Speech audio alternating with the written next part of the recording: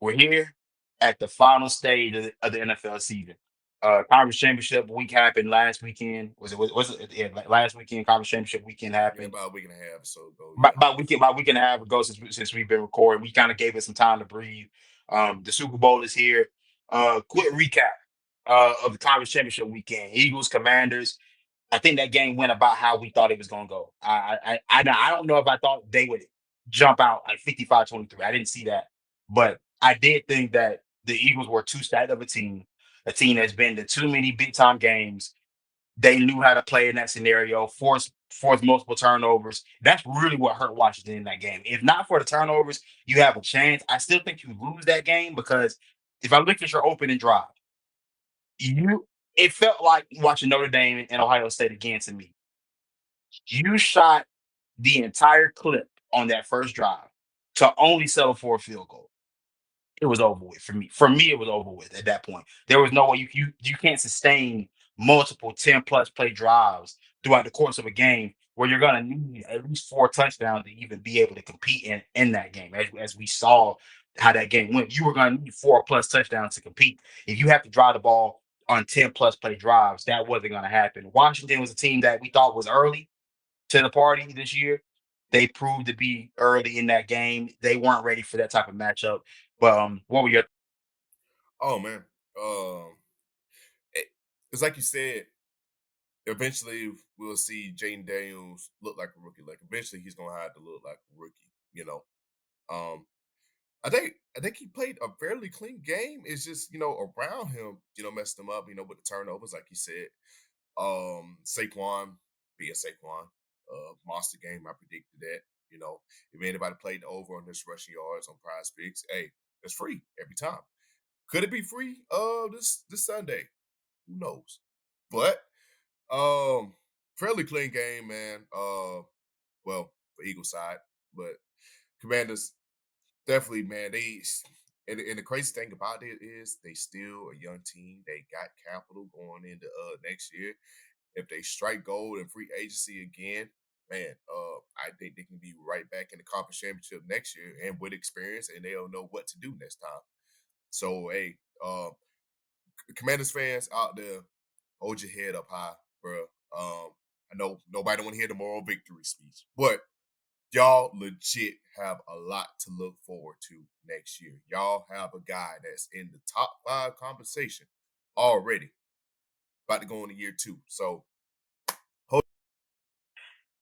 Oh yeah, absolutely. They get a lot to be proud of over there in Washington. I mean, and the main thing is building on top of that. I think going out grabbing you another receiver is gonna be key. A running game is what you're gonna need next. I think you can't, Brian Robinson, Austin Eckler, that's not enough in a game where you need to be able to stabilize you know, around your quarterback and maybe not rely on him and his rushing ability and his arm talent as much. You're gonna need to be able to run the football better. So I mean, those are some things just to move into next year for the Washington Commanders. But moving on to the AFC Championship game, we had the Kansas City Chiefs versus the Buffalo Bills. This game was what we expected. I think we expected a tight game. Came down to the wire, and like we all know the script to be is Patrick Mahomes coming out on top. Like this is what we know. We see it every time. I actually thought differently throughout the course of the game. I thought, oh, maybe they may actually have their number this year because I thought they had a running game to be able to lean on, but they didn't lean on that running game at the end of that game, which was much to my surprise. What were some of your thoughts about about the Kansas City? It, just like any old probably annual Bills versus Chiefs. Well, Chiefs AFC Championship game, the annual AFC Championship game, the Kansas City Invitational that we like to call it here on Jim Trapper Sports. Um, very competitive matchup, one of the better matchups of conference championships, versus the Commanders and Eagles. Um, I think it was a good coming out party for Xavier Worthy. He definitely showed why they were so high on him from the start in the pre-draft this past season. Um, Patrick Mahomes has really handled business. I think he played a clean game, no interceptions. Honestly, Yeah, I think I did see a few ref controversies. I mean, it's not gonna be a cheap game. It's not a Chiefs game. It's not many ref controversies. So, um, at the end of the day, you just really you can't deny Patrick Mahomes' greatness at this point. As such, just 7 years in, what 6 years as a starter, since becoming a starter, has played in every single AFC Championship game. This man is heading into conversations that has to be with Tom Brady, has to be with Michael Jordan. It just has to be. This man is the most feared man in the AFC in his conference, and he'll probably be the most feared man if you got to encounter him in the Super Bowl. Uh, Bro, I'm gonna go. I'm gonna take you it. got to I'm touch gonna him. take it a step further. This is Bill Russell level dominance. I heard Cam Newton talk about it the other day. This is Bill Russell level dominance. To be in the AFC Championship game every year that you've been a starter, and to either have gone to the Super Bowl and won it, or you lost. He's lost the AFC Championship game and the Super Bowl. Those are his biggest. Like those are his knocks as a starting quarterback. A couple of AFC Championship losses and a Super Bowl loss. Those are your three losses as a playoff starting quarterback. He's entered into a territory that I don't know if we've quite seen this because even with Tom Brady, and we could break it down, Tom Brady had the first 4 years of his career where he won the three Super Bowls, but then there's a long stretch where he ain't there, and I could argue that even during Tom Brady's stretch, like the first three Super Bowls, like that was the stretch where no, we didn't call Tom Brady like the superstar quarterback at that point. From the titles in 01, 03, and 05, and 05, like these weren't Tom Brady at his apex.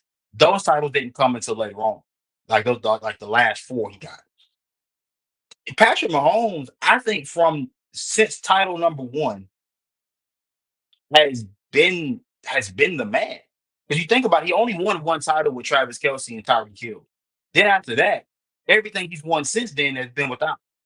And so we don't even feel that he's had a top flight receiving core in the last couple of Super Bowls he's won. But that receiving core that's been led by Sky Moore, Juju Smith, you know what I'm saying? Like guys that are very much on the last legs of their career. Kadarius Tony. Like even this one Kadarius Tony, dog. Like these are not receiving core that we're talking about it being like, oh man, we can't like these are fantastic groups to go play in the playoffs with. Like, I don't think many other quarterbacks can win with these groups aside from I'd say probably right like the top five. Like, aside from your Josh Allen's and your Lamar Jacksons and your Joe Burrows, I don't believe many other quarterbacks can win with these groups. And though and even those guys have had better receiving core. Maybe not Lamar, but like Josh Allen and Joe Burrow have both had better receiving cores than than Patrick Mahomes has had for the majority of his Super Bowl runs.